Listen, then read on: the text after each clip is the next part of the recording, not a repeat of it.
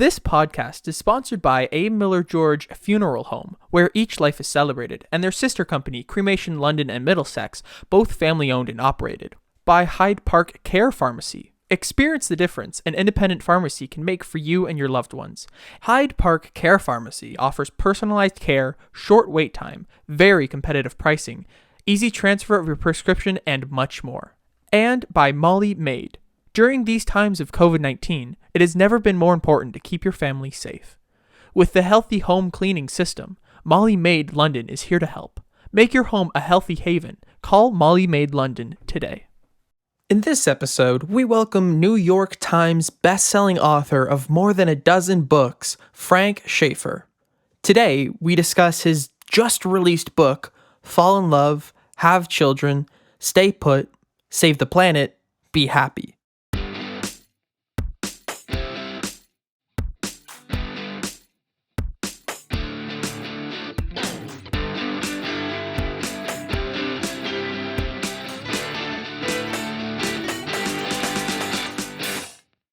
Good morning, good afternoon, good evening, whenever and wherever you may be listening. Welcome back. You found the Vickers Crossing podcast, the virtual space where faith intersects with the public square. And the Vickers are back with Ian once again. And I'm Rob Henderson from Holy Trinity St. Stephen's Church in London. Kevin George from St. Aidan's Anglican Church in London as well. And my name is Ian. I am the person who gets this out to your ears. He's the man, the myth, the legend. He is a internet content producer extraordinaire, the digital deacon of St. Aidan's. Yeah, you can add wizard in that title too, just for wizard. Fun. Wizard. You shall not pass. You shall not pass. All right. Well, welcome back, everybody. We're glad you're here, and we're glad to welcome in a new guest on the podcast today. We're very excited, actually, to visit with New York Times bestselling author of more than a dozen books. Frank Schaeffer will be joining us. And Frank's done a lot of things in his life, not only as a writer, but also as a movie director, documentary movies and feature films as well. And he's got a book out right now, which is called Fall in Love, Have Children, Stay Put, Save the Planet, Be Happy.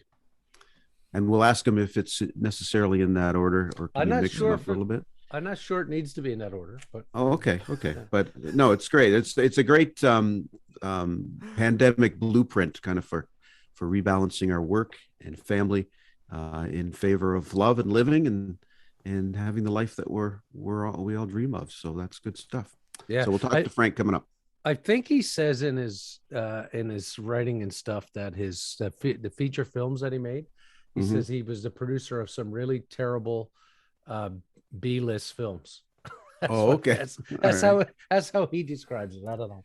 Well, anyway. That's a weekend for us then, isn't it, guys? It's a whole weekend. He belongs with us, man. Yeah, and so anyway, look, let's acknowledge before we get any further in this that the lands upon which we record this podcast are the traditional lands of the Anamnesis, Haudenosaunee, Lenape, Wakanado, Wanderer peoples, and are connected with the London Township and Sombre Treaties of 1796 and the Dish with One Spoon Covenant Wampum. These lands continue to be home to diverse indigenous peoples, Inuit, Métis, First Nations, whom we recognize as contemporary stewards of the land and people with whom we wish to work together towards a wholeness and reconciliation for all God's people. And we also want to say hello and thank our sponsors on the Vickers Crossing podcast. First, to A. Miller George Funeral Home, where each life is celebrated, and their sister company, Cremation London Middlesex, both family owned and operated. And many thanks, as always, to Dave Mullen and the entire crew out at A. Miller George Funeral Home. Always listening to the podcast, and we appreciate that. Dave is our most faithful listener, I think, for sure. You know who listens sometimes too is Carol Basada from over to Hyde Park Care Pharmacy. Hyde Park Care Pharmacy, locally owned, locally operated, locally loved. Get on in there, drop off your prescription. If you've got your prescription off at one of the big boxes, no problem. Just go ahead and tell her to fish it out of there for you. She'll do that and hook you up. Mention my name, get a 10% discount. And last, but certainly not least, you want to say a big thank you to Molly Maid. Make your home a healthy haven. Call Molly Maid London today. And Trisha Lister was a wonderful human being who hooked us up with that. You know, you got a mess, you know who to call. You know who to call. Well, I didn't want to say anything, but if you move your chair, I think you'll see that Trisha Lister needs to come into that house of yours and do a little cleanup. I don't know what you're talking about. Is that a dust bunny under there? There's nothing there. You can't see anything. For those listening and not seeing, Ian just closed down his camera on the YouTube broadcast, but That's right. He's strategically placed his chair so you can't see what's going on. I've strategically placed my body so the background looks the best. That's right. It's still not perfect. And don't move, man. Whatever you do, don't move. Don't move.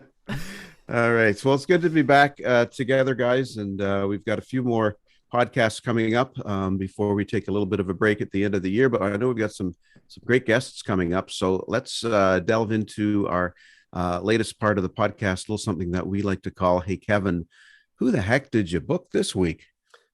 Drum roll, please. Well, actually, I'm glad you asked because I was away this week and I didn't book anybody. I spent a week in Newfoundland. I hung out at the Dildo Brewing Company and Museum. I gathered with all my family. We had a great time. And I didn't book anybody. Like we're booked up till near the end of the year. We got a couple bookings into the new year. So I didn't book anybody this week. There you go. Take a break. Fair enough. Take a break. Yeah. Big drum roll, big letdown. Sorry. We'll let him go on this one, Ian. Okay. We'll let him go on this one. That's great. Good. No, I'm glad you had a chance to get home and see family and enjoy all that. That's important. And but yeah, trust us, we got some great names coming up. And if you want to ever take a look at what's coming up or watch previous podcasts or listen to them, we always want to direct you to our website, thevicarscrossing.com. You'll find information on all our guests, all our podcasts. You'll find their books on there that you can order and find out information about getting. You can get swag, you can get mugs and water bottles and a whole bunch of good stuff. Thevicarscrossing.com is the place to check us all out here. Okay. All right. So without any further ado, Frank is with us, I think. So we're going to open up the Zoom room here and bring in Frank Schaeffer on the Vicar's Crossing. Come on in, Frank. And we are so excited to be able to welcome Frank Schaeffer into the Vicar's Crossing podcast today. Frank, welcome and thank you so much for being with us. Rob, it is a genuine pleasure. Thank you so much for the invitation. All right. No, I'm glad you could accept the invitation. And for our listeners listening today or watching on YouTube, tell us where you are. I am in northern Massachusetts, looking out at the Merrimack River, just north of Boston. Nice. Oh, lovely. Very good. Very good. But a beautiful, beautiful autumn day. The kind of things postcards are made out of, and it's just gorgeous. Awesome. Nice. Awesome. Nice. Well, look, we just we're so excited that you could do this. I've long been a fan of your books, your work. I think the fact that you've had the courage to speak the way you have has been a great gift to the world, actually, and certainly for those of us who hang out in church land. Just this morning, I had a call from a local CBC radio here asking me about another podcast that's coming out of this city. And I think it's called, I'll give them a little plug here. I think it's called The Road to Heck or something like that. But anyway, the guy was evangelical, raised in an evangelical Christian family, and has now sort of left the church. And he brings on a different guest every week who's sort of part of the nun group, that no longer belongs to anything. And our local CBC radio station did a webpage article and wanted to know from me as a local priest, how do I think about this? How do you feel about this podcast? I think it's great. I think it's like our podcast because I said, now, well, we've got our feet still firmly planted in the church here, myself, Rob, Ian, Ian less so. Ian's like, I could take it or leave it. But me and Rob, we're still intimately connected with the church. We believe the place to be is around the questions and around the uncertainty and the paradox of all that. And I think so much of what you do and say and write is really a gift, and you've got the street cred to be able to talk about both sides of that because you've been on both sides. So thank you for that. This book, this really wonderful book, well, I've got the poster on the wall, but I've got the book here. Fall in love, have children, stay put, save the planet, be happy. Ian wanted to know when we plugged this earlier in the intro, if you had to do it in this order, or could you do it in a different order? I think you have to do it in this order because, this title at first look seems very conservative, very conventional, goes well with a 70-year-old old white guy. That's me. Been married for 52 years, got his girlfriend pregnant when we were 17 and 18. And you'd say, well, Frank's probably telling everybody to do the same thing that he and Jeannie did, and I'm not. No. Because when I unpack this in the book, I say a non-binary person who's never going to have a child can have children. Someone that's not in a relationship can fall in love with the people around them. Yeah. Stay put can be geographical, but it can also mean stick with your definition of what success is that we'll unpack in a little while here. Yeah. Save the planet is a natural result of these things. And so the order has to be that way, because this book, if nothing else, is a book about the chemistry, the neurobiology, the spiritual dynamic of love that is actually the only reason the human race is here. And I don't mean reason as in this is why a God created, if you believe in that. I'm talking about the evolutionary imperative of the survival of the friendliest. Yes. And the bottom line of the book is, look, we all either get on, share, take care of each other, or the human race isn't even here. So you're sitting there, Kevin, because someone fell in love with somebody. Let's call it a child left by a trail in the hunter-gatherer stage 10, 20, 50,000 years ago. And that child is your great, great, great, great somebody. And you're only here because a stranger picked that kid up and fed her and didn't kill her and didn't rape her and didn't enslave her, but cared for her. And that happened tens of millions of times in various forms. So fall in love with the idea of being a caregiver, have children biologically. I love my 3 children. I do caregiving for 3 of my 5 grandchildren. I mean that. But I also mean, and I'm not being maudlin here, Kevin, that you guys today are my caregivers. And in a way, you're acting like a mother today, because I am not a child, but I'm someone who desperately wants to tell people about this new book. And you've had the kindness to put a poster of my book up behind you. You are doing for me what a parent does for a child. You are showing the picture I made at school, put it that way, and saying, look what my kid did today. So, you know, by doing that, you become my caregiver right now. And then stay put is basically don't always be looking for more money by moving, but also this delusion that if you keep moving on, whether it's from relationships or people or jobs, you're going to find something better. You're the problem. It's all within you. The choice is yours on how you define success. Moving around metaphorically or physically won't help you. And then if you do stay put and you do become a caregiver rather than a striving, sort of monopoly oriented, power hungry, ego driven person, say building your own rocket when you make $1 billion, Penis shaped rocket. And you do say that is how you save the planet, because the planet is not being burned to the ground by a breastfeeding mother sitting alone on a sand dune somewhere. It's being burned to the ground by all the people selling her all the crap she doesn't need. Right. And telling her this is how to be happy. And so if you really want to be happy, the bottom line here is get in line with what evolution programmed you to be. And that is a caregiver. Yes. And that's the book. So we can end right there. But no, we're done. We're done. But we're not done. I want to do a deeper dive. And I was away for the weekend actually, and I'm not a parent. Let me preface where we're going by saying my wife Catherine and I have been married 25 years. We have not had the joy of having our own children, but we're uncle and aunt and great uncle and aunt and now great uncle and aunt to a bunch of children and who all live out in Newfoundland, and getting out there and being with them this last week for the first time in 2 years and reading your book at the same time was a terribly moving experience, I have to say to you. Well, as you know from reading my book, my middle son, Francis, who's now pushing 50, is not a parent either. Right. And he is a teacher and has been for more than 30 years. And I have other parents come up to me with tears in their eyes and tell me how he changed their children's lives. Exactly. Because not only did he tutor them in extra math and science, he always cooks for them first. Yes. So they're studying on a full stomach in a pleasant environment with music playing in the background with someone who's caring for them. That's so exactly right. He's as much of a parent as I've ever been to my biological children. And he's as much of a parent to my grandchildren when he uncles them, as he calls it. That's right. Yeah. And that's the deal. We are caregivers. So I'm not talking about parenthood as a kind of an ultimate quest for everybody and they have to do this or they miss out. Yeah. You only miss out if you're not a caregiver of somebody. That's right. Well, it's really beautiful. Look, in the introduction of the book, you talk about experiencing the pandemic together with your grandchildren, and you speak of life being stripped to the essentials during this time, as many of us certainly have experienced. And you write about being a full-time father of 3, grandfather of 5, and husband of 1, Right. you found yourself living in tune with the most basic evolutionary prime directive of all, and you referenced this earlier, the survival of the friendliest. You write this, and I quote, "That's a fancy way to say, as a 68-year-old white heterosexual okay boomer father and grandfather, I had discovered something surprising about myself. I'd rather be a mother." And then you say, you use the word mother here as a verb, sort of as in mothering. What you really write about is family becoming the center of your life. In fact, you say in the book that in one sense, we can all be mothers, even if we're not parents. Say more about that, if you will.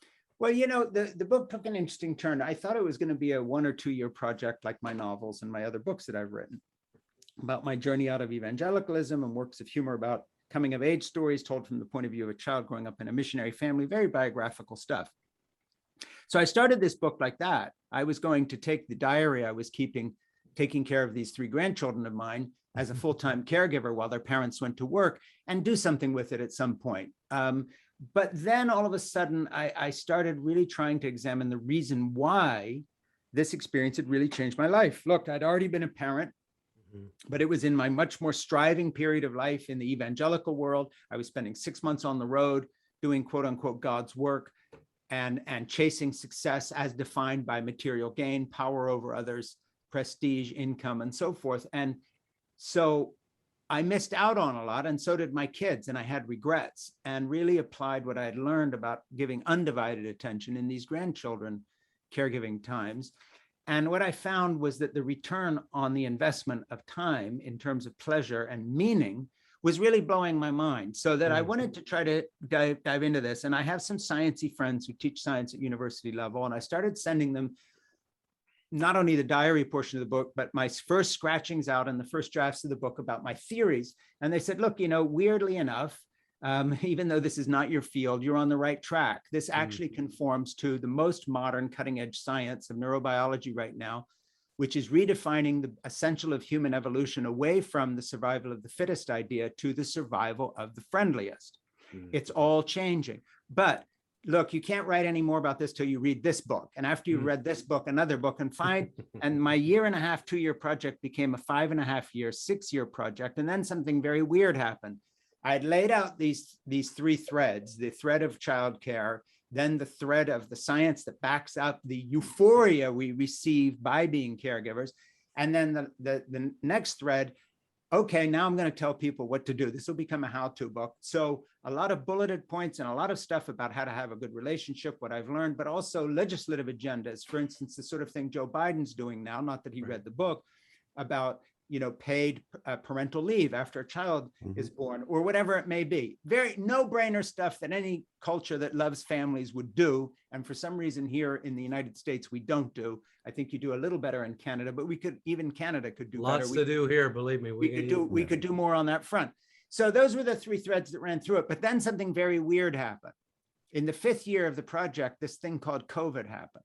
Yeah. And I lost 2 good friends in COVID, and it's tragedy. So I'm not being facetious, and it's the last thing I'd be a smartass about. But it occurred to me that COVID was like some sort of memo from Mother Nature to the entire nation and indeed the world, saying, see this book Frank Schaeffer's writing in theory, here's what we ought to do. Guess what? You're all going to have to do it. I'm going to conduct a 1.5 year experiment and see what happens when you all go home. When the jet trails leave the sky, when the water cleans up, when the wild animals come back to the city centers, when the traffic's off the highway and you're home with your toddler, you've been too busy to do that because either you've been working 3 jobs as a single mom just to make ends meet, and your neighbor or a friend has been watching this kid and you haven't really been with her. Now you're home on some sort of a benefit that allows you to do that. So for a minute, we had more of a welfare state with unemployment. And then at the higher end of the spectrum, the white collar spectrum, you know, this investment company you're running or this fancy startup you've got in Menlo Park in California, guess what? All done now. You're going home. No more free sushi, no more bikes to ride in the hallways. You're going to raise your damn kids, and you're either going to hate it and divorce when it's done. But when this is finished, you will no longer be the same person. You're getting a timeout. You're going to have to go sit at home, think about the direction of your life and what you want.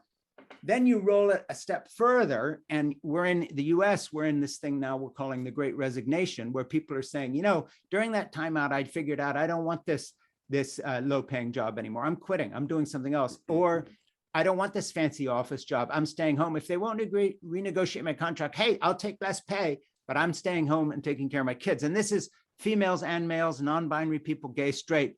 There is a small revolution bubbling here.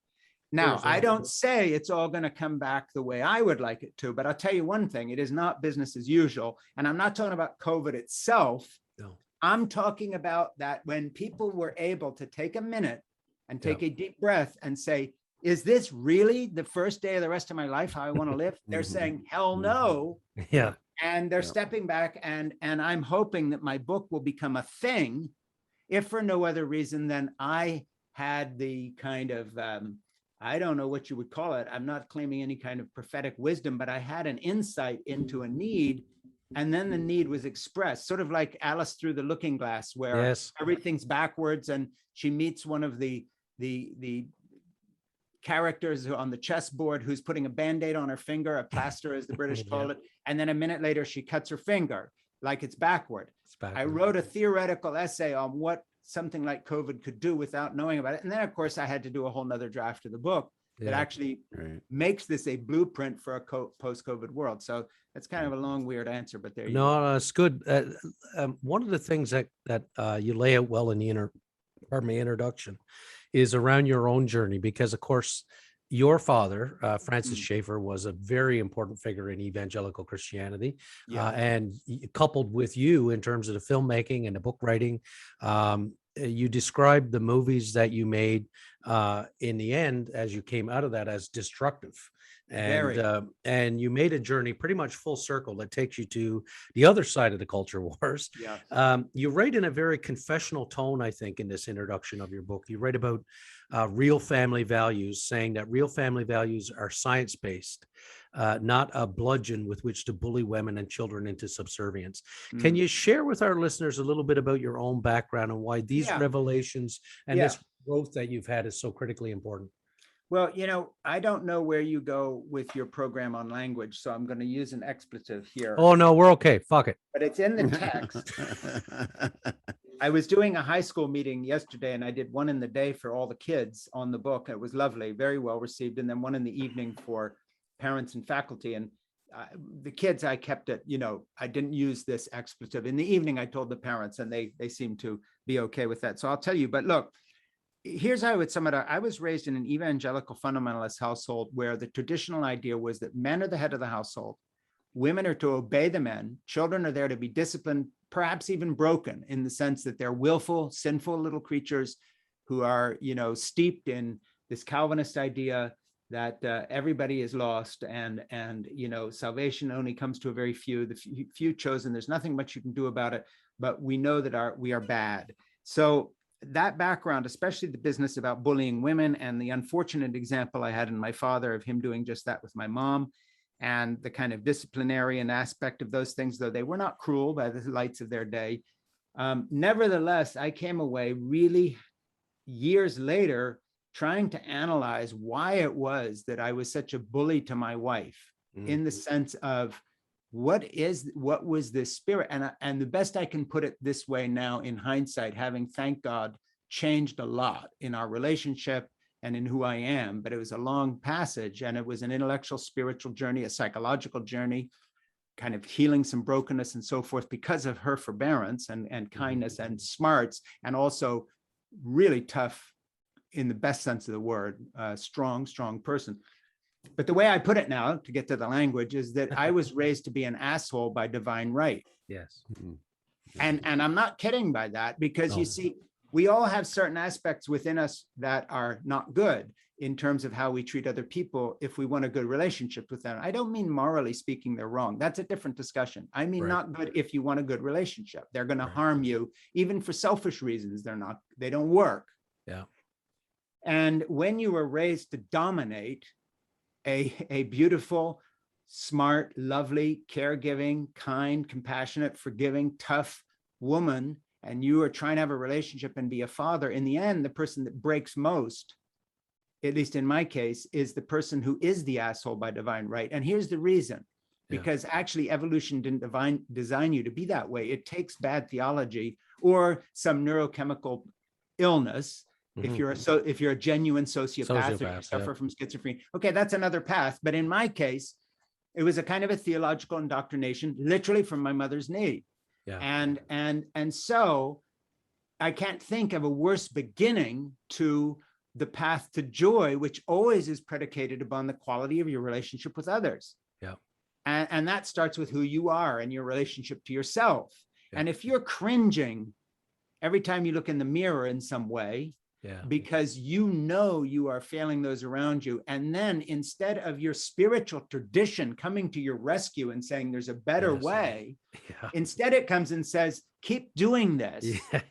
You're right, they're wrong. So every fight you have, she's wrong. She should just obey you and agree with you. Double down. Yeah, double down, double down, double down. So this, of course, was the beginning of our involvement in the pro-life movement, so-called, because in the end, it was literally just a huge misogynistic reaction to feminism to put women, these dangerous creatures who get pregnant and leave their job for a while and go have a baby and do this and that, put them back in the box. Yes. And it continues to this day. So my growth away from my right-wing politics tracks exactly with my growth away from this domineering Calvinist image of what a husband is supposed to be. Yeah. Right. And I have, as you know, a whole chapter in the book on why I believe feminism is in fact better for men than for women, in the sense that we benefit immensely from this, where women are still stuck in a culture that regards them as a liability because they are child bearers. And since we have no place for children and families in our culture as a priority, they're cutting no slack. They're told either pretend you're a man and go to work as if you don't have a family, or forget it. Yeah. So, maybe you'll break that glass ceiling, but you're sure not bringing your kids with you. No. Right. Yeah. Right. And in fact, if you're my daughter, who happens to be a CEO of an investment company in New York City, and she's one of these women who has done exactly the thing, and she writes little messages to me that I put in the book. She talks about the fact that one of the things COVID did was make families visible for the first time in her world, high end of business. Yeah. Because a guy's sitting there saying to her, a banker she's meeting with, shh, I just put the baby down for a nap. That's 2 minutes before that, if you were a woman, you couldn't even admit you were going to have a child. Right. You were told to wait till you were 48, maybe get, in vitro fertilization and have this one baby, and then get a nanny and go back to work. Yes, right. Yeah. And if you're a guy and you're Steve Buttigieg, Pete Buttigieg, you're mocked on right-wing television because you want time with the child you just adopted. That's right. It has nothing to do with just women's rights. These are human rights. Yeah. And of course, the book is a plea not to do the right thing in the sense of let's follow Jesus. Do the right thing in terms of not smashing your head into a concrete wall. Don't be stupid.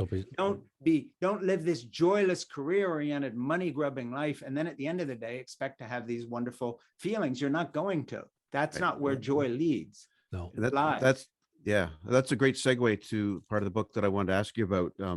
You write about and talk about something you call the very big lie, which has nothing to do with elections, but the very big lie, which is that, and I'm going to quote some of the book here, that education and profession define us. Right. Yeah. That making money and gaining power over others equals success. And this lie destroys our chance to be happy because humans evolved to be social animals who derive joy from our connection to others. In other words, we evolved not to first crave a seat in some boardroom, but a seat in a place we call home, in a community, and we care with people that we love and we trust. Frank, could you say a bit more about this evolutionary pull toward community and toward caring? Yeah, I mean, let me just say that it shows that I'm such an ill-educated human being that it took me writing this book to do enough reading to actually learn something about this. You would think this would be common knowledge, but it's not. And it certainly never came my way in an evangelical background. I mean, I'll read something about science in the New York Times or a bit in the New York or maybe the Atlantic, or look over my physics teacher's son's Scientific American once in a while, but I don't know anything about this. So this 5-year project was almost like a college course for me, with the kind guidance of a lot of my friends, Myrna Paris Sheldon, for one, who actually is an amazing woman. She was at Harvard and she left and went and taught it in a Midwestern university to be closer to her family when she had kids, because she decided to do something for herself and her husband and her children, rather than just the career thing. And her friends thought she was crazy. But Myrna loved my book because she was on this track anyway. Anyway, we became friends. So Myrna started sending me stuff to read. And here's what I learned about this. over the course of about 3.5 years of reading both books and papers, and then talking to her and watching her correct my book and so on. There's an entire field of study which points out, I mean, I don't know where to start, but I'll just tell it this way. Humans are born with big brains, but they're only a third of the size they're going to be in adulthood, whereas other primates come out pretty much fully formed and start running around in the treetops fairly soon, and other mammals even quicker. We take years. Childhood is long because our brains have to be small. We have to have these little malleable heads compared to the way it's going to grow eventually, or we would kill all our mothers, not just some of them when we're born. That's biology. And here's the weird thing. Evolution never corrected for this in terms of birth canal passage size or pelvic size. It corrects for lots of things, but it kept us almost as if by design. You cannot be an advanced creature unless you're going to have a long childhood. If you want to be this social animal and be the ultimate predator and success story, if you're going to have this big brain, the price is you're going to have motherhood's going to be a big deal. Yes. Somebody's going to have to be home for a long time. And so here's what evolution did. Evolution evolved this weird thing we called love. Love is not a feeling on a greeting card, expressed on a greeting card. Love is a biological chemical process. It's not psychological, it's biological. It's as real as heart attacks. It can be studied with the accuracy of astrophysics. This is not a touchy-feely sentimental subject. I never knew this. So that, when you read in the Bible, love your neighbor as yourself, this is actually a reflection of biological evolutionary history. It's not a religious or spiritual saying. In fact, the only reason these sayings have resonance with us, from my point of view, as someone who describes himself as an atheist who believes in God, I can be wrong about this, correct me, argue, but my point of view is that evolution is, obviously came first, and the reason spiritual sages or Jesus or the words of a prophet or Martin Luther King Jr., whoever, resonate with us is because we are already programmed to receive this wisdom. In other words, we all have some innate sense that we can't survive unless we treat other people well, because we are not loners. And it goes back to this long socialization process of childhood. So the second invention of evolution after love was this weird category we called fathers. Now, fathers were not just biological fathers. They were also people like you, Kevin. They were uncles. They were people who helped. It literally did take a village, because this kid's going to be around for ages. And they're not only going to be toddlers, they're going to be teenagers. They're going to be adolescents who have to learn survival skills, whether it's hunter-gatherer skills or, Newtonian physics. They're going to have to learn a lot of stuff. Otherwise, they're not going to survive. So we evolved in a certain way. And the way we evolved is this. Nature looked at us and said, look, this long childhood business is really tough. They're going to wind up killing all their children. The first time a baby cries all night, they're going to slam its head against a cave wall. What are we going to do about this? I'm talking about evolution as a committee here. Yes. Okay, we're gonna give them oxytocin. We're gonna give them this hormonal rush that totally illogically, because childhood is hard, and in fact, a lot of times doesn't make parents happy in the trivial sense of Disneyland. Yes. You're not happy. Yeah. It's an unhappy, difficult process a lot of the time. How are they going to stick with it? And how on earth are they going to get a village to cooperate? And what are we going to do with these inseminators? Yes. They're going to just get all these, moms pregnant, and they're going to leave. No, they didn't. A new category was invented called fatherhood that was driven by the same thing. Now, here's the mind blower. There were a series of studies conducted starting about 20 years ago that are ongoing, but they totally check out. At this point, this isn't theory anymore. Right. I mean, this is as real as an X-ray of a broken leg. Okay, there's not like, oh, there's 7 points of view on this. There's really only one, and it keeps amplifying as they study more. They started studying what was going on in women's brains when they bonded with children. That's how it started about 30 years ago. And they began to do the rudimentary brain scans they had then, combined with hormonal studies, saliva samples, blood samples, what goes on with the heartbeat, breastfeeding mother of a newborn child. They began to study it. And then as a control factor to see what they were doing that was different than everybody else, I got to emphasize this, they started studying fathers, and then they went a step further and studied gay adoptive male parents. Okay, figuring this is a control factor, we're going to see a whole different deal. Right. Well, guess what? You can't tell any difference with the hormonal reaction within the blood, the saliva, the heartbeat, the oxytocin levels and the rest of it. Because a gay adoptive father like Buttigieg, just to give him as an example, when bonding with that child that he's demanding parental leave from and being mocked about, right, you can now study his brain if you feel like it, and he'd go for the study. And you could say, Steve, come to our lab for a week, and we're going to study you when you're having intense times of play with these children. We're going to take saliva samples when you're with them and not with them. We're going to measure your heartbeat and blood pressure. We're going to do brain scans. We are going to take blood tests. And the result is, if we don't label this Steve Buttigieg as opposed to this woman we're studying in the next room, Mary Baker, we won't be able to tell the difference. Right. Because this love trait, now here's one last shoe to drop if you don't think this is enough. The final fail-safe study was with the one creature on Earth, one other mammalian species we co-evolved with. And it wasn't human, it was dogs. When we started taking dogs that would be more friendly into the firelight and throw them a bone, we were raising our worst enemy. This was the animal that was the predator. These are wolves, they kill you. Right. So we started adopting wolves and making them pets. And then evolution gave these wolves and humans a gift. And that is that they co-evolved with us to have exactly the same capacity. So you can measure the hormonal levels in a dog, the oxytocin that they're experiencing, and they actually do love, give and receive love. This is not the imagination of pet owners. This is a huge field of study. In fact, they're a married couple who are the two world experts on this, who've written a book called The Survival of the Friendliest about humans, drew on their 30-year study of dogs and our coevolution with them. Okay, so here's my big point. Love is a thing, and it's non-negotiable. If you take it out of your life, you are on a track to the kind of loneliness that ends in suicide. If you have a loveless, forlorn existence and you do not receive care or give care, you are on, unless you are a sociopath, and so you don't notice because you're a mental patient, you are on a path to a joyless existence, and nothing you can do will make it happier. No. So that the small rush you get out of buying a new Mercedes, or you go on this fancy cruise, that'll last for 10 seconds, okay? Yeah.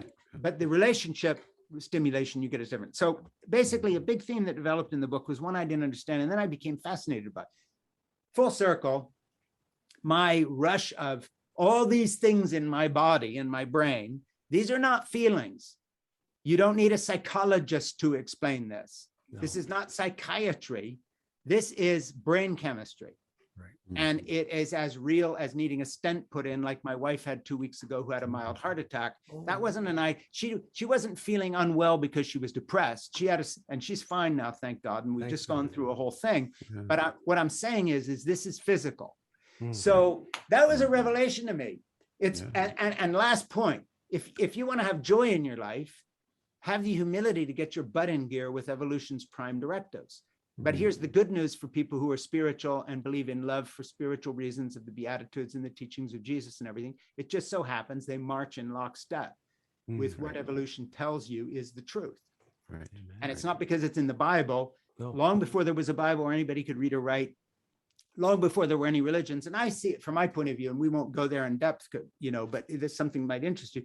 I think the only reason religions exist is because our imperative to caregive was so great. And when you break that rule, so damaging to the community, that we humans, as we evolved, began to invent laws, religions, taboos, and other things to defend what was actually the key to our survival, which was a type of behavior that could not be rape, pillage, and kill, or none of us would be here.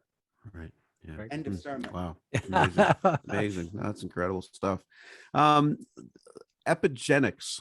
You write a beautiful story about your grandson Jack, and you spent time working together throughout the course of the pandemic. Yeah. And you share about writing your names in a plaster wall. You lay out why these times together mattered so much to you. So again, just a quote from the book I wanted to read. You write, "Our experiences and those of our forebears are never erased, even if they have been forgotten." That was incredible to read that. Experience such as sharing art together or building together become a part of us, a molecular residue that holds fast to our genetic scaffolding.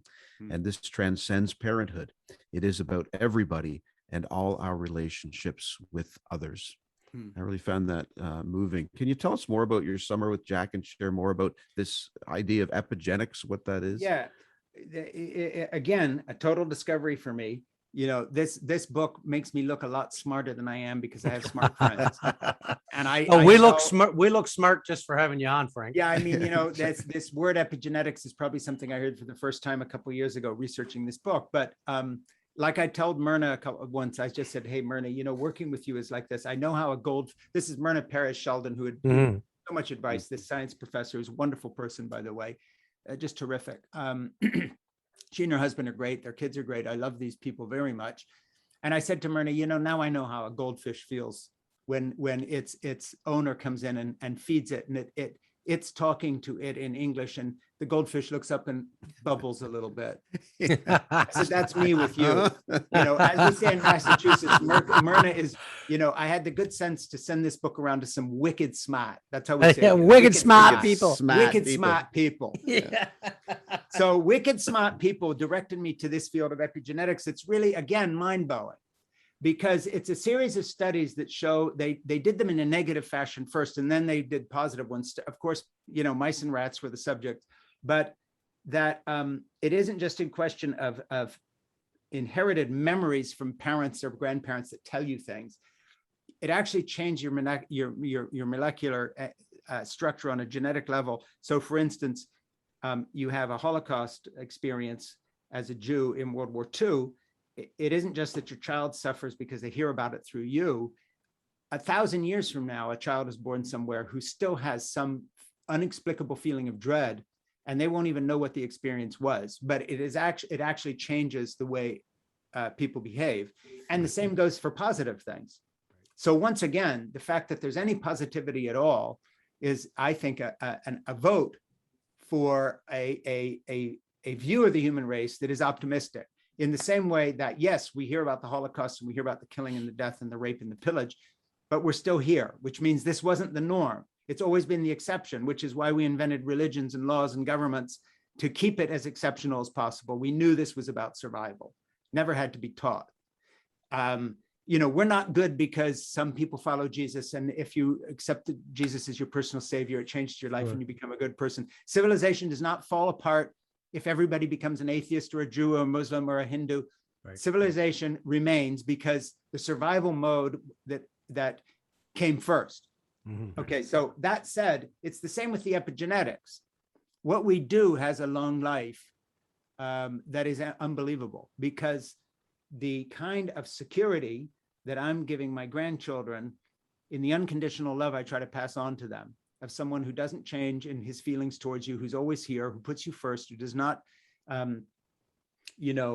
multitask when he's with you, whatever. This is the ideal. I'm not saying I get there all the time, but this is the ideal. This will be affecting people 1,000 years from now who have totally forgotten my name and who don't know the name Schaefer will be gone, all memory will be gone, but there'll be somebody somewhere who's treating a child differently than they would have, because it's now in the genetic scaffolding of the family in which these experiences have occurred. And that, of course, goes for the bad stuff too. Yes. So if you come from a family where there's been a lot of lashing out and domineering of people and ugliness, it isn't just that you heard your dad screaming at your mother or throwing things or some sad experience with violence. That, of course, changes you psychologically, but your actual neurochemistry is different in terms of epigenetics, in terms of the long arc of people you never did know, and it actually becomes part of your physical makeup, and they don't understand why. They're studying it. Mm-hmm. But they do know this, it actually is occurring. So it's a really interesting deal. It gets back to this idea that when you say fall in love, have children, we have children that we're not related to. 1,000 years from now, you're going to have them. Yeah.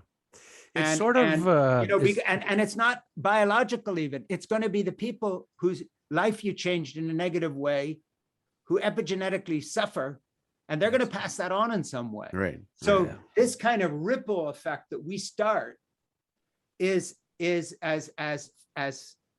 infinite as the longevity of the actual human species is going to be. This doesn't go away.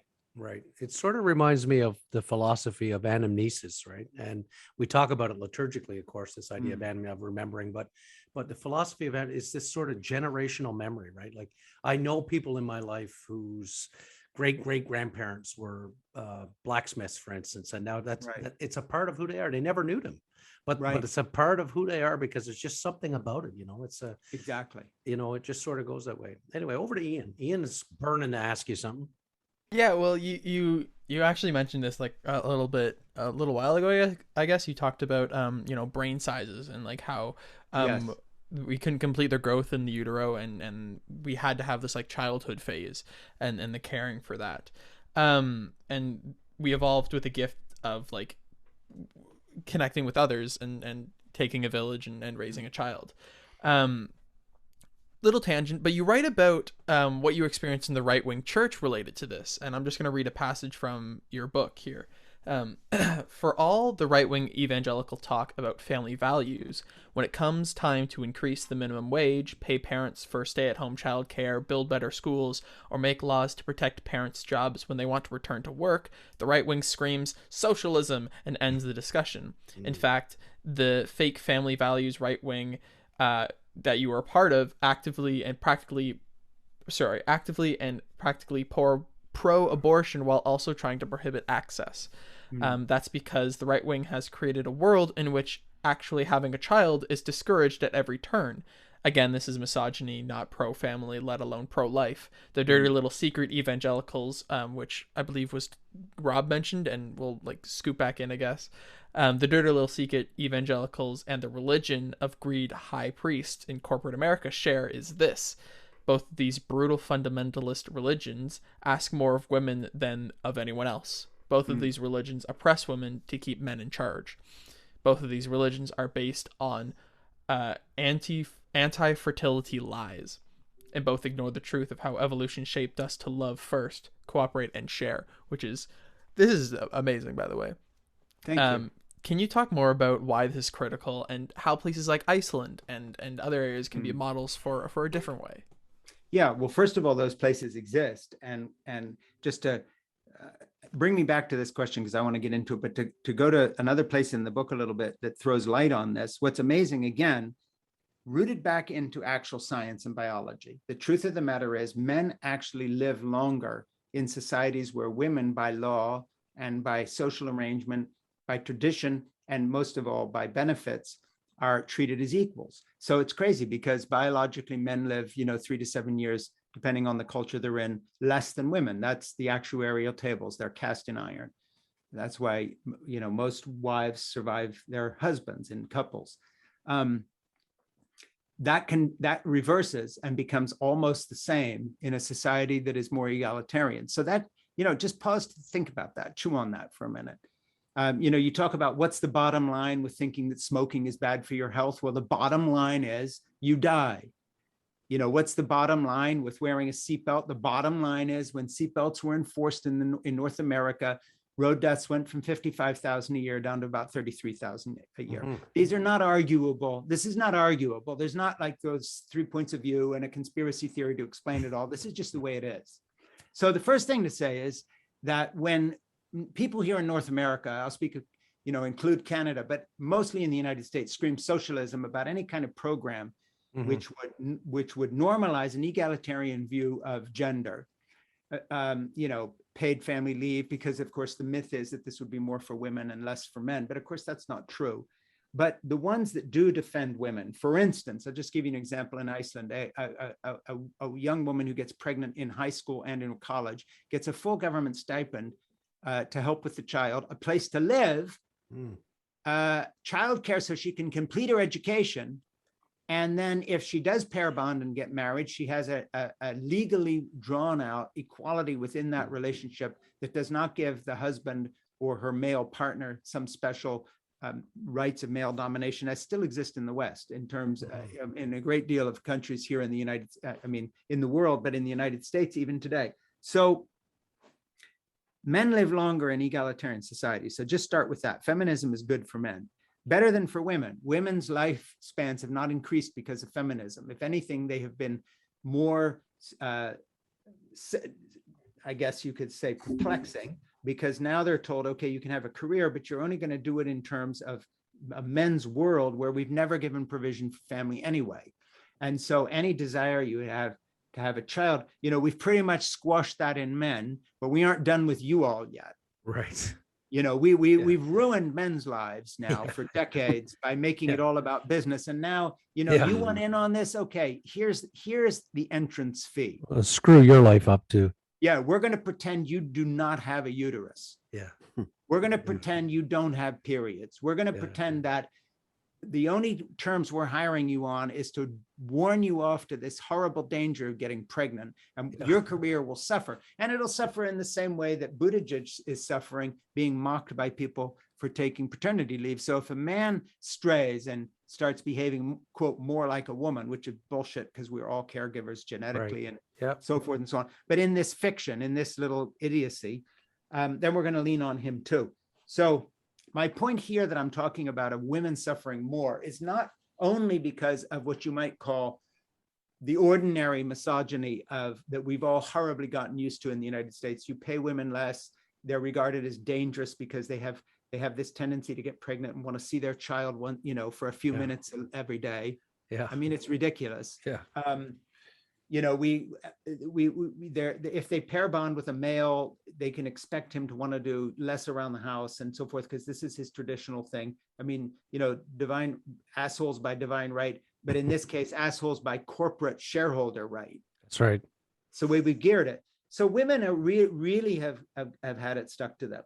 And so we have a culture that won't discuss miscarriages. We have a culture that does not do lactation rooms where people can pump milk. We have a culture where it would be seen as crazy communism to have a daycare center in your place of work, run by somebody like maybe the Montessori school system that really cares about kids and gives them a hand-on tactile relationship with nature.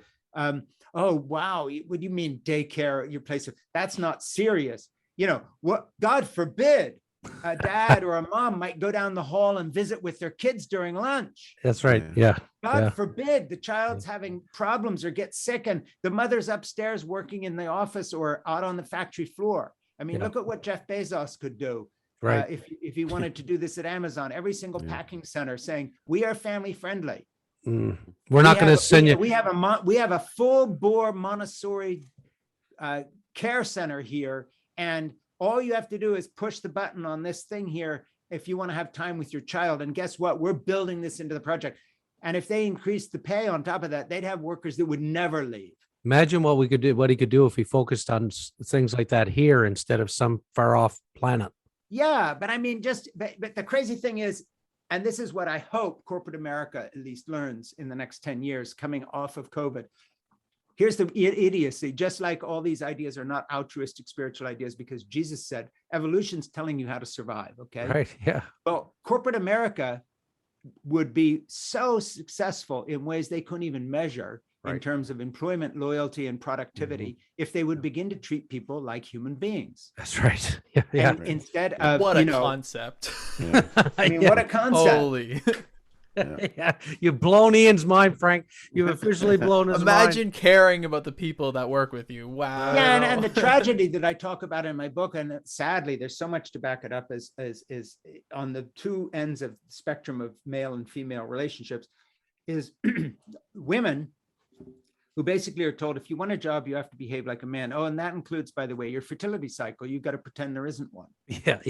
So we have a multi-billion-dollar, closing in on $1 trillion a year industry in the US of doing nothing but in vitro fertilization and fertility clinics. Yeah. Because everybody's showing up at age 48 saying, I finally made it. I got on the board. I finally got I'm a partner in my law firm. I've finally been able to become manager of this company. It's taken 20 years. I had to pretend that I didn't have a fertility clock. I really did want a baby, but I wasn't even able to talk about it. Okay, now I'll come up, I'll try. I'm going to try. And it's ridiculous. So why couldn't they do what my daughter was fortunate enough to stumble into when she quit college, pair bonded, got married with her husband, Donnie. They went off, had kids. She finished college, started business after the kids were in school, got the biological and sort of psychological, spiritual order correct for herself. She's done very, very well. And she says younger women who are working with her are just so jealous. Like, how did you do this? As if it's a concept from outer space. That's right. How did you have children when it was easy to have children? Yeah. Yeah. Well, guess what? Because I wasn't going to follow the slavish dictates of corporate America. I was going to do it my own way. And the same goes, I quote people in the book who were discouraged from starting a family while they were in the middle of a PhD program, being told, oh, this isn't serious. Yeah. Yeah. Well, that is persecution. And it's misogynist, right? Like, it's intimidating. Yeah.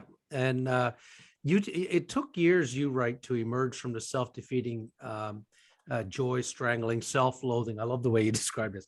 Joy strangling, self-loathing, and anti-evolutionary survival of the fittest misogynist theological conditioning that you knew in your life. And you talk about laying down that burden of male supremacy, really sort of as a great relief. And I'll quote you just a bit here, and then I'm going to get you to read a little bit for us. But you say feminist moral systems and the institutions they inspire are natural evolutionary developments.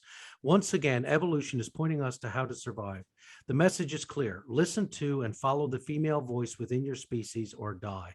This in turn gives us hope that with a full-fledged bicultural feminist egalitarian theory of moral progress in hand, we will be able to increase the odds that the arc of the moral universe will indeed bend steadily towards justice and perhaps even joy. You write about several important women who influenced you in your life, Frank. You write about Mrs. Park, about your mother Edith, about your wife Jeannie, your daughter, your granddaughters. I love how you write about Lucy and the letters you write to her. And a couple that you mentioned this, I was quite fascinated with Betty and Jane, the closeted gay couple in Switzerland. Can you share how these women influenced you, particularly Jane? As I want you to, once you've done telling us about Jane, read a short section from page 127, which sort of paints a picture of how Jane's influence on you is having an influence on Lucy. Yeah. And speaking of epigenetics, it all sort of ties into one thread, doesn't it? But I mean, the thing is, there have been some very powerfully wonderful women in my life, starting with my mom, and going from there. And I think, gradually what they have borne witness to is that I was raised on a lie. Men are not divinely ordained to rule women. Mm-hmm. I mean, I heard a horrible quote the other day from some American pastor who leads one of the big pro-life movements in the country, driving this Texas stuff and all the rest of it, saying, abortion is not a women's issue. It's a men's issue, because men were ordained by God to guide women and support them. Mm-hmm. And I can't think of a more condescending, ridiculous statement. I mean, it's so ridiculous, it doesn't even bear thinking about. But just think of the horror of being raised in a church environment. Wow. And those are the males surrounding you. And you're, I think of my Lucy, who's 13 now, this gorgeous young teenage girl who is such a beautiful, shining spirit. And the freedom she has to talk to me about her problems, the fact that she texts me during the day to tell me how she's doing, the fact that she brought her first boyfriend down to meet me and said, can we play foosball in the barn? And I look over there and the lights are on. She doesn't have to ask me permission, because she knows that I don't put myself in the position of being this disciplinarian figure who will guide her. Mm-hmm. And the freedom of that relationship, both ways, with Lucy, and the friendship I have with her. I mean, to be included as a 70-year-old guy, talk about something that keeps you young and on top of things, by this lovely 13-year-old who's just beginning to look around and think about things. And I'm on the totally inside track. Awesome. It's such a privilege. It's awesome. I mean, it's like, you can talk about a good book review or, this or that and so forth and so on. But, this is the stuff that keeps me, and I'm being serious here, as someone who suffered from depression coming out of all this horrible stuff and changing my mind. This is the reason I don't kill myself. Yeah. I mean, this is my antidepressant, because, this child regards me as her best friend. Just imagine that. To be 70 years old and you have a 13-year-old child who regards you as a best friend, as an equal that she can talk to.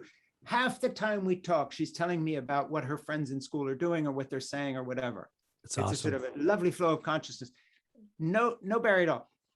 This is not because I am an especially good person or a therapist or trained to do something wonderful with children. This is just a function of having not approached her on the basis of, you are a child and worse yet, you're a female child, let me guide you.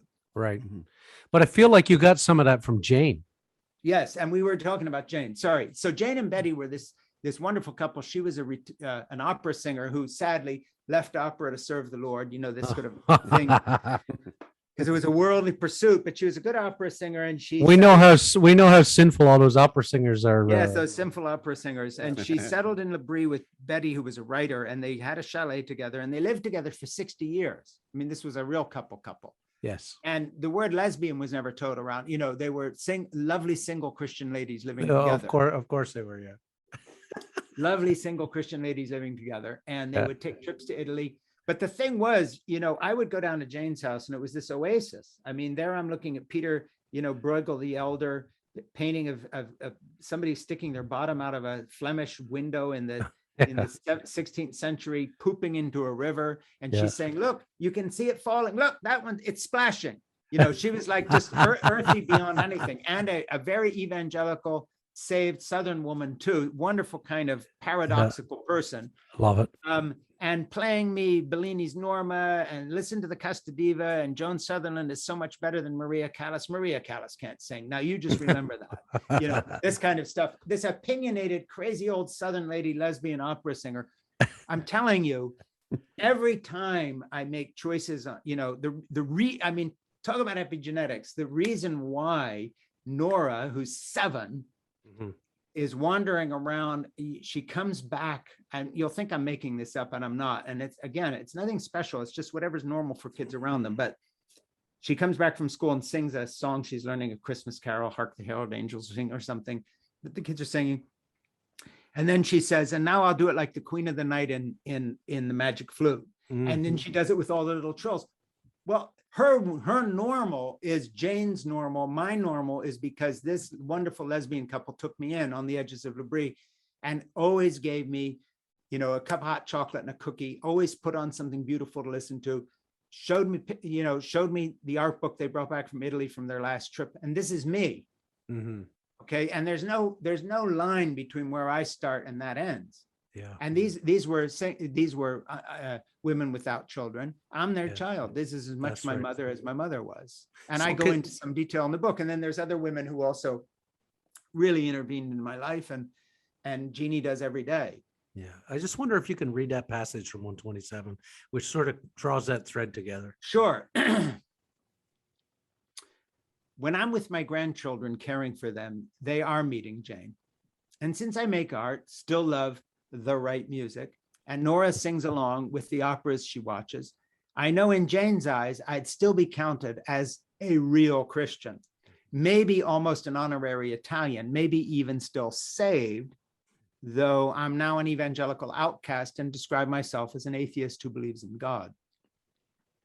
The fact that I still go to church, a local Greek Orthodox church, and still crave liturgy and spirituality, all the while not being a believer, as my parents would have defined the required certainties I've abandoned, is a testimony to Jane's ideas of the merger of beauty and spirituality. To Jane, loving God and in turn feeling loved were one and the same.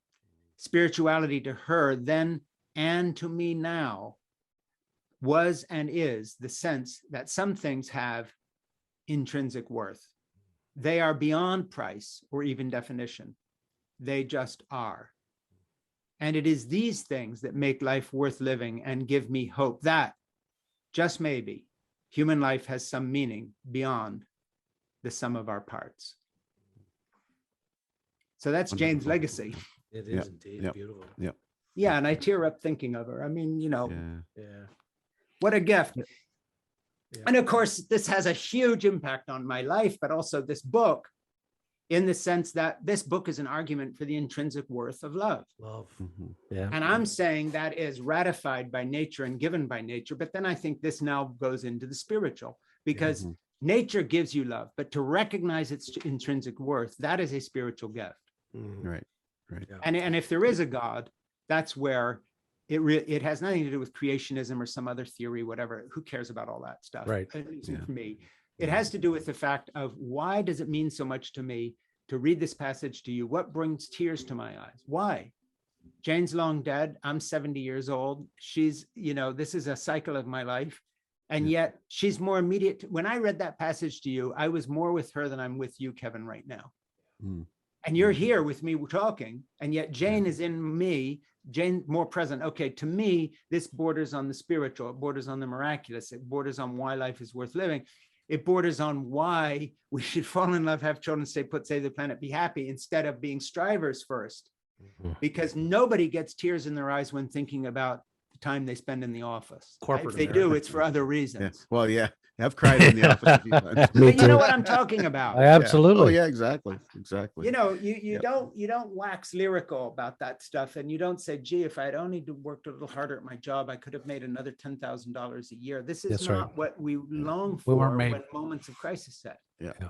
I want to share something with you that has to do with that. That's not coming out of a question of yours, but just an experience of the last few days that really weighs with me.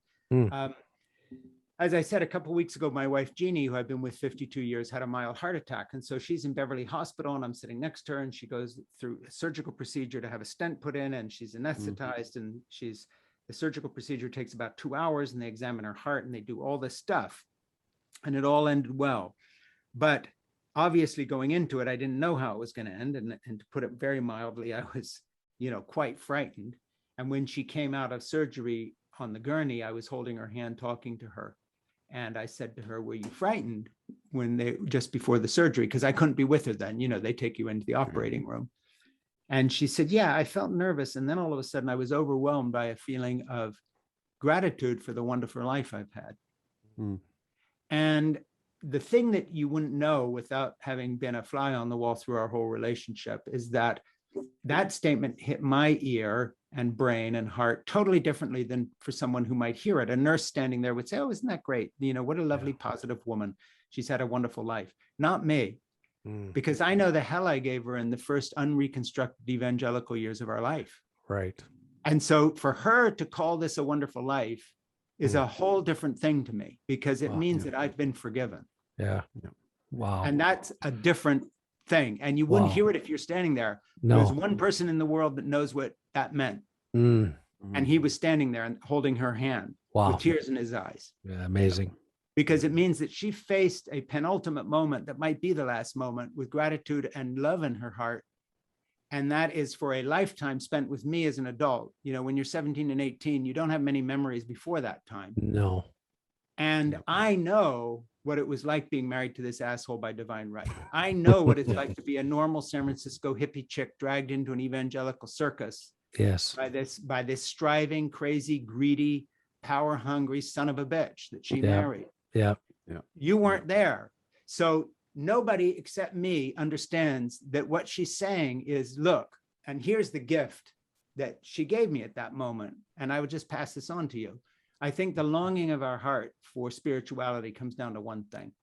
And that is we long to be seen by God, if there is a God, and certainly by others, as we wish we could see ourselves, but never can, because we were there. We know ourselves. Wow. Yeah. And the gift Jeannie gave me was when she looked at me and said that, in all seriousness, it was her way. It was a different way of saying something, but the way I took it, and later I talked to her to see if she felt the same. And I'm not making this up. It was this, and that is, now after all this journey together, Frank, I see you the way you wish you could see yourself and never can, but I see you that way. Yes. Beautiful, Frank. Amazing. Thank you for sharing that with us. That's incredible. Yeah. And that's the whole thing. See, you don't get that because you directed a movie or you wrote a book or you made some money at the office. Yeah. I mean, and that's where the gold is, isn't it? I mean, yes, that's true. Yeah. That's where everything hits at that point. 100%. Can we finish off a little bit talking about unconditional love and something that you wrote that I wanted to share with our listeners. This is from the book. Joy-filled life begins where our slavish dependency on our material ambition and belief systems, promoting the domination of others, ends. Kindness is made possible by accepting paradox.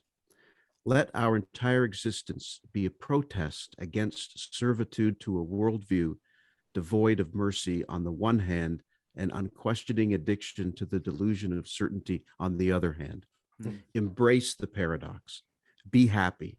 Embrace the humility of not knowing. Do not believe in any promise based on anything less than the experience of unconditional love. In other words, adopt the canine spiritual philosophy of life. That kind of leads to me wanting to ask you about your dog Zip. Yeah. To bring us to a close and expand on that kind of canine spiritual philosophy of life. Well, one of the things that I mentioned in the book in several places is that in doing some of the studying and reading for this on just the essence of what love is in a neurobiological, genuine, evolutionary, spiritual sense, if you can add all that together, is that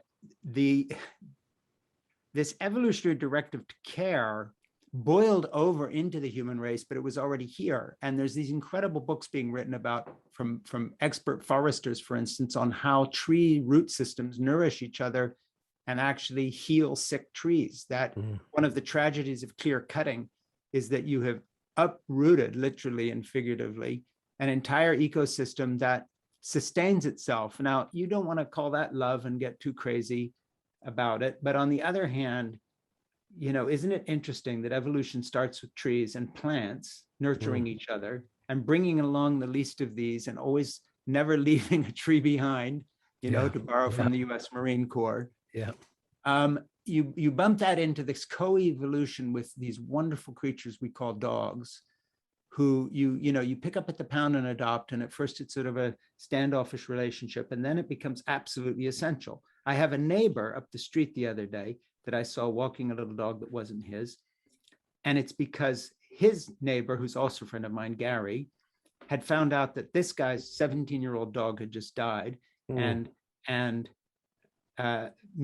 he and, Bart and his wife were in tears on the street when somebody asked how they were, and they told their neighbor, and their neighbor came over with his dog and said, I've had dogs die.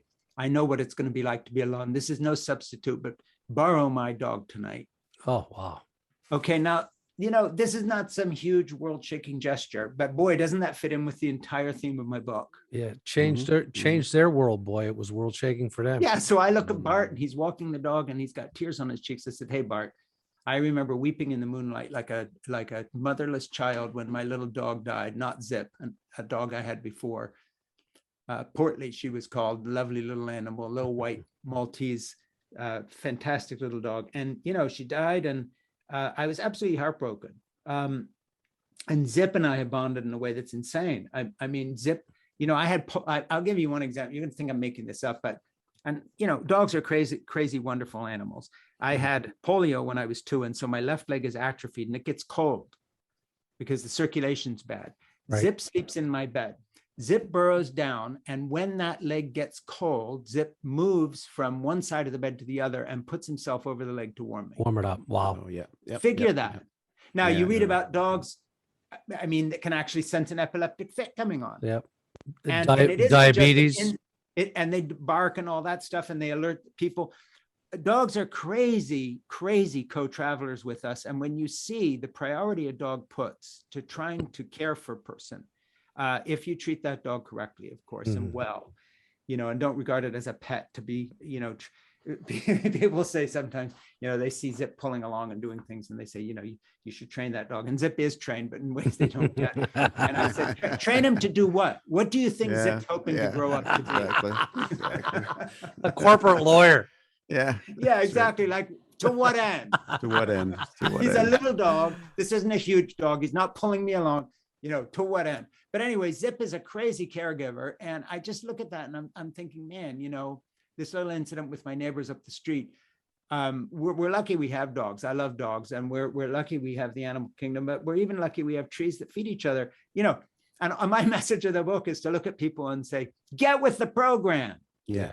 Yeah. I love how the whole of nature screaming at you, and sure, it's red in tooth and claw and predators and all the rest of it. And there's wars. But nothing would be here if there wasn't an underlying caregiving structure that supersedes all of that. That's right. And I love how you tell about coming home to Zip, and he's so hungry and he wants food. Yeah. And you put down food, but before he goes to eat the food, he's got to come and show you some love first. Yeah, he's gonna take one bite, then he looks at me and he said, "No, I'd rather be with you." Jumps into my lap, gives me some kisses, and we hug each other. And then he runs back and eats hungrily because he's, being fed. It's very cute. Wow, And I think that's good the stuff. line, one of the lines that jumped out at me out of the book is, if spirituality isn't for kindness, then what's it worth anyway? Right? Yeah. And I love it. This book, we could go on all day, but folks, I gotta say, buy the book because you'll read about Frank's sex life, which is amazing, and you're gonna learn about all kinds of great things that Frank did and the things that pisses him off about the things that happened early in his life, and it's an amazing book. Everybody should read it. Here you go, Rob. What is it called again?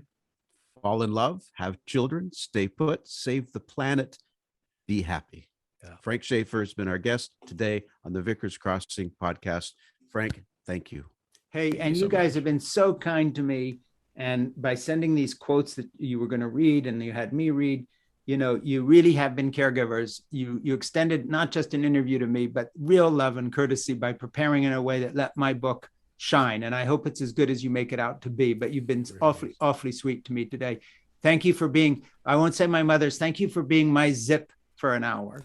Perfect. Yeah, that was fantastic. So, hey, Frank Schaeffer, thanks so much. We really appreciate you giving us the time today. Great to talk to him.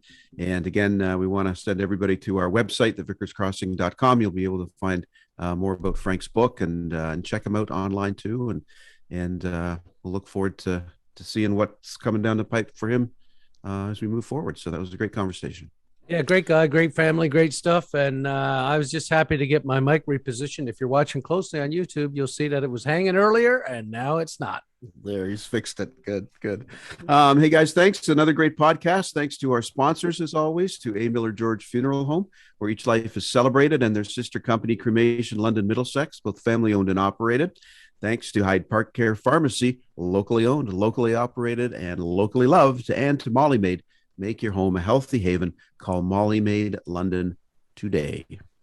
And that's it. I'm Rob Henderson from Holy Trinity St. Stephen's, and we'll talk to you later. I'm Kevin George from St. Aidan's Church. Yeah, I'll agree with Rob. I'll see you in a bit. And my name is Ian. Thank you for listening. And Kevin, remember to always look both ways. Well, I'm not saying what I normally say because it says here on the wall, stay put. I'm not crossing the street. Thank you for listening. Our hosts are Kevin George and Rob Henderson. Our producer and composer is myself, Ian, with original artwork done by Elizabeth Dodman. If you have any questions or want to know where to find us, tweet us at Vickers Crossing or find us on Facebook at The Vickers Crossing.